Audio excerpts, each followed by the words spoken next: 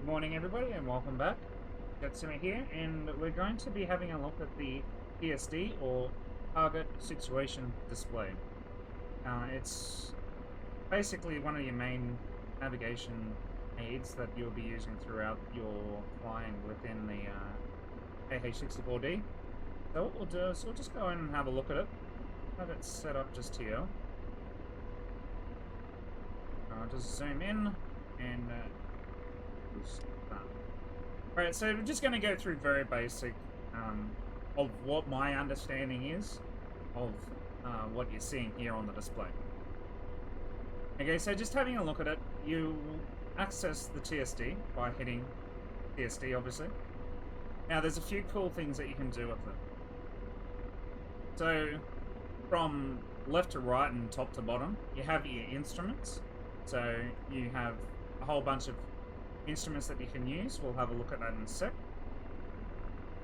Pan, which you can use your icon, as you can see here, which is your cursor that you can use on either of your MFDs. But there's also, you can also use the cursor to highlight. As you can see, the white X in the middle has disappeared, and you can click on the buttons without having to click on it yourself. So for pan, click on pan and you can move around. You can also use last pan over here on the right, and you got freeze and center. It is, so that's the center on your aircraft. Go to pan.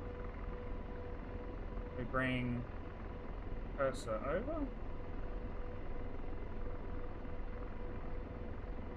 There we go, and it's frozen, okay? So, where it says center, and unclick that, but we also have cursor acquisition hue. So I can use that, and as you can see, I've placed a PLT, a waypoint for the pilot. There's also one for the CPG that's you can use, and the map gets updated in real time for both pilots to see what's happening. So if I just hit the cursor enter button, the waypoint has moved to the next area. That I've had a little look at it. I'm still trying to learn it on my own, but that's something that you can use to designate a target of interest, or point of interest. So that's how you do that. I'll get out of pan mode. Freeze mode, sorry. The next one we will have a look at show, which gives you, I'm not going to go into depth here because I still haven't had a look at it, but you have your waypoint downer, interactive zones, obstacles, CPG cursor, cursor info, so you can have a look at how far away the cursor is in relation to your aircraft from the heights of what's on the map, how far away it is. If we go over to this mountain, it's at 5,429 something feet there, 16 kilometers away from us, and that'll be its location on the map. Yeah, so basically you've just got a few bits and pieces. You've also got, you can have the wind, it's calm. We've got the endurance, so we get 4.5 hours, 5 hours. You can also turn your HSI on. So you've got a whole bunch of things. So you can show and pretty much hide it in a way. So if you don't want it all here and it's all cluttered and stuff, you already know it's calm. You could go show, turn the wind off, and it's like, okay, I don't need it anymore. Right, so the next one around is your coordinates. So threats and targets and threats. So it's giving you coordinates to some of the nearest threats out there. So I have here T55, TG, TRN. There is some threats out there. I don't think they're at 4. Oh, they might be at 4,500 feet. You never know.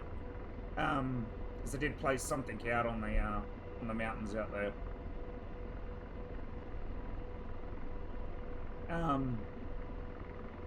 Everyone should be familiar with utility, because you come in here and you hit Doppler, which is your data for the aircraft. Position confidence is like your INS. When you first start, it should be 0.005 or 0.055, and as time goes over, it refines its GPS. Obviously, GPS 1 and 2 are linked up by satellites in the sky. Key type, GPS 1 and GPS 2. Not 100% sure about that. If you know, let me know in the comments. And then, is the keys loaded? Obviously they are. So that's, you'll come in here. You can change Zulu to local, really up to you. Which also reflects on your up front computer as well, as you can see there.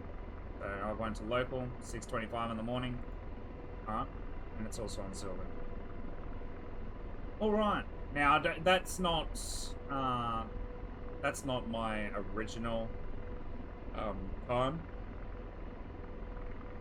But that is the in-game time that I have set. Right. On the right here, you have your scale, 25. As you can see up the top here, 3 kilometers. So you can go right down to 0.2, and you can scroll all the way out to 80 kilometers distance. Okay, so that's your scale. Sometimes I have it quite close. So what we'll do is we'll unfreeze it, so we're back at the aircraft. And again, you have your center freeze and your acquisition. You got ACE, which I'm not 100% sure what that is. I'm still looking at that. Looks pretty good. So at the moment, it's in fixed position. So points. So this is information to your nearest waypoint. So waypoint 1, ETA, how long it's going to take us to get there. Estimated time on route, sorry. ETA, estimated time of arrival. Obviously, we're not moving, so time is going up. The position that it is, how far it is, and also another position here, the north, west, and how many feet high it is, and so on and so forth. So that's that. The RTE is all your waypoints that you have set up. So this is a quick tool. Now I had to learn this myself on how to find a particular waypoint, because I'm not exactly wanting to go. So basically, when I take off from the airport, we go to the Marshall area, but I don't want to go. Say I don't want to go to waypoint 2. I just want to go over to waypoint 4 to start my recon mission. So I'll go to waypoint 1. When I get to waypoint 1, I want to direct myself to waypoint 4. I'll hit RTE. We'll go out to the recon mission for training. I hit DIR, direct. Hit waypoint 4. And obviously I'll be out there. And a line moves to waypoint 4. You can also add in a waypoint. So if I have a look at the scratch pad, you can add a waypoint there from the points. So if you want to know how to do that, you will need your cursor, show, cursor info, I believe. Turn show off. Now, if you want to add in a point,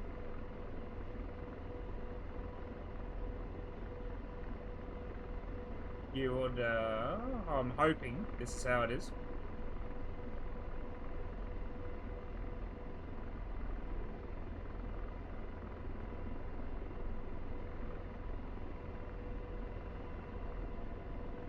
It'd be something like that, so you'd have to add point, I don't know, 25. Something like that. I'll have to figure that out. But yeah, you can add points in via the add button. I think there'd be like some sort of like north-south sort of way. And you can also delete your points as well. So if I click that and hit delete on, let's go 6. As you can see, 6 was deleted up the top there. So that's how you can direct your waypoints over to. Hang on a second. Here you have a list of all the different waypoints. You can make new ones. You can delete old ones. And you can select your current waypoint. So if we selected Bravo and go back to TSD, as you can see, there's the old waypoints that are no longer linked up, and we would have the new ones as we add them, pretty much. So that's what that's for. So I'll go back to alpha as current, and if we go back again, the lines are all back again. So the next one along is map. So in here we have more information that you can see. You can change from chart to DIG, which just gives you terrain level. You have satellite data and stick, which is just black.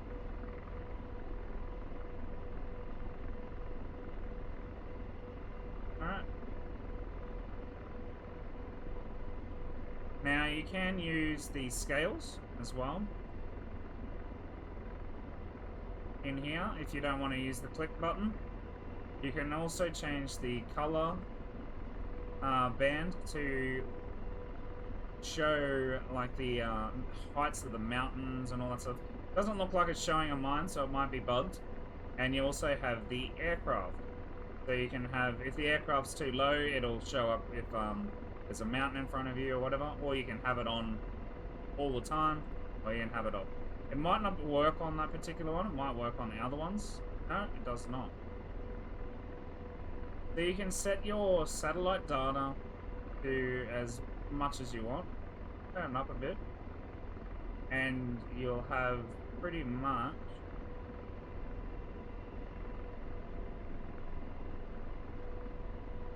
satellite imagery data. So you can use that as well as your chart, which I find really cool because it's pretty accurate. So you can use that as well, and that is under the map button there. I'm not 100% sure what BAM is, but I haven't used it yet, so I'll go into it in the near future. The next one is phase nav. You have also attack. So you can have attack and nav. So there'll be different features. You can have it set up for different things.